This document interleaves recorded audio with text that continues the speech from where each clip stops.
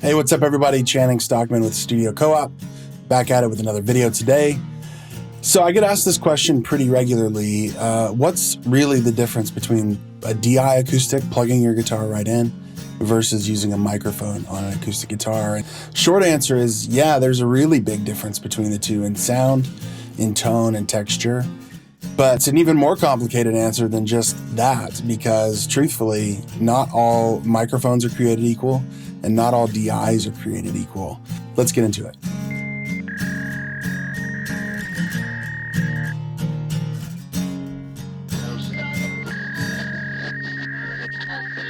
All right, so our setup today is super simple. Our audio sample is simply an acoustic guitar. It's being split into two signals so that we can compare two DIs.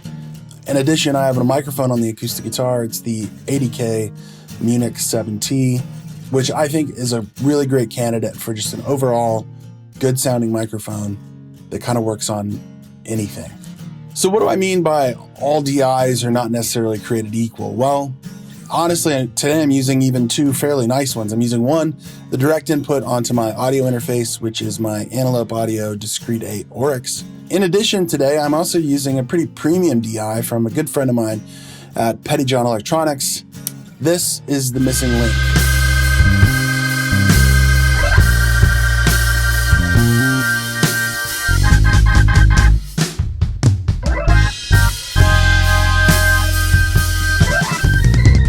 So first off, let's talk about what makes the Missing Link unique.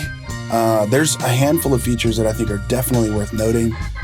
One, this is a stereo version, which means you're going to see two of everything on it. It does come in a mono version, and actually comes in a variety of different configurations, which is amazing. A couple of key points. A mute switch, which I think is really pretty unheard of. You don't actually find very many DIs with a mute switch on them, so that's super handy. Two, it has output transformers on it. That is becoming more commonplace, but is still an awesome feature.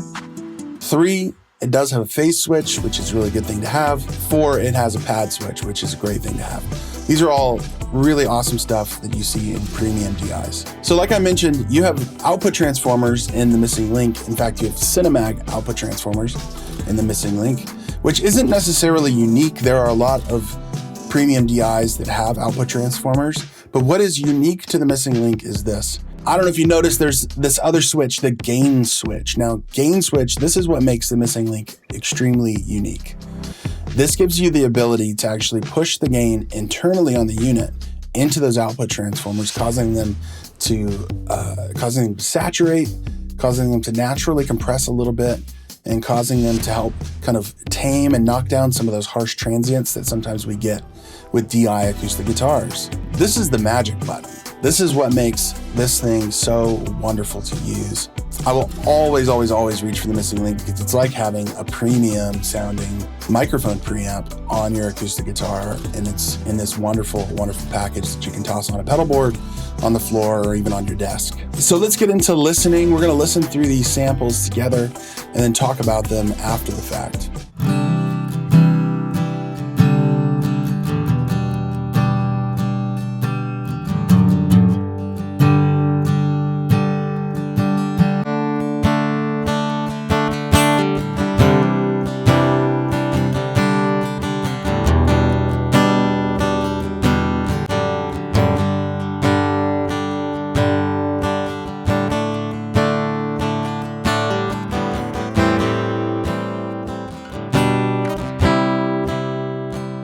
So I haven't done any processing at all on these files. So the acoustic guitar through a microphone is what an acoustic guitar sounds like through a microphone. Most likely we would end up going through and doing some EQ and some compression and some things like that to tidy it up and make it sit in a mix the way we want it to. But for today's examples, I wanted to get it as raw as we could get it.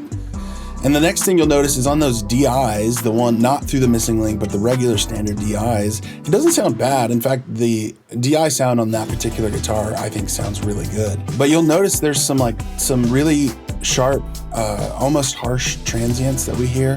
The pick noise is really prominent. And now that's something we could address to some degree with compression and EQ again. If we listen to the Missing Link, that seems to be the thing that goes away naturally. We have a little bit more of a robust low end and mid range, and the mid range is kind of saturated a little bit. And we have that thing that's happening. It's knocking down those harsh transients naturally right inside that unit that could be sitting on your pedal board. As far as I'm concerned, this is a game changer. When I can't use a microphone, I will always reach for the missing link. It sounds really, really good. If you're like me, you've got some money invested in a great acoustic guitar, and every time you play it out, you're like, man, this thing just doesn't sound the way I want it to. I would encourage you to give the missing link a try. The ability to push that gain into those output transformers really makes a huge difference.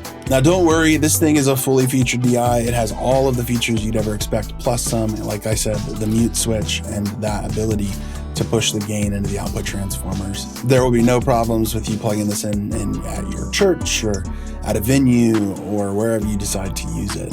Now, there's several options for this thing. It does come with the option to be powered by a power supply or over phantom power. And I personally love the phantom power version. It gives you the highest amount of headroom available. So next time you're thinking about whether or not you want to mic an acoustic guitar or direct an acoustic guitar, I would encourage you to think back to these moments. Think about the characteristics that we got to experience where you have a bit of a smoother, more natural sound out of a microphone. And as often as I can, I reach for the microphone sound for an acoustic guitar.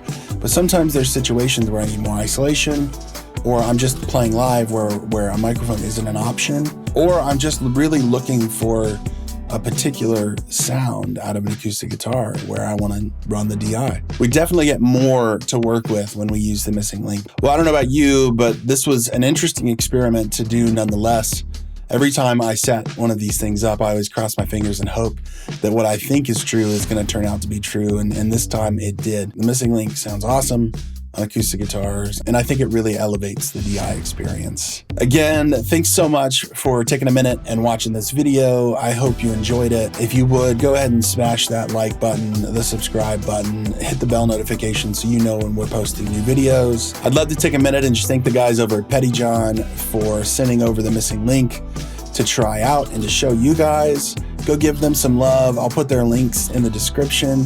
In addition, they've provided a 10% discount for us. The code will be in the description as well. So if you're interested in the missing link, go get yourself one and go save yourself a little bit of money. Hey, last but not least, thank you so much for taking the time to watch the video. Thank you so much for subscribing and being a part of the community here at Studio Co-op. It is our hope and our dream to be able to continue to inspire and encourage creators just like you and just like me who work out of home spaces, project spaces, commercial spaces, wherever that might be. Keep making music, and we'll see you on the flip side.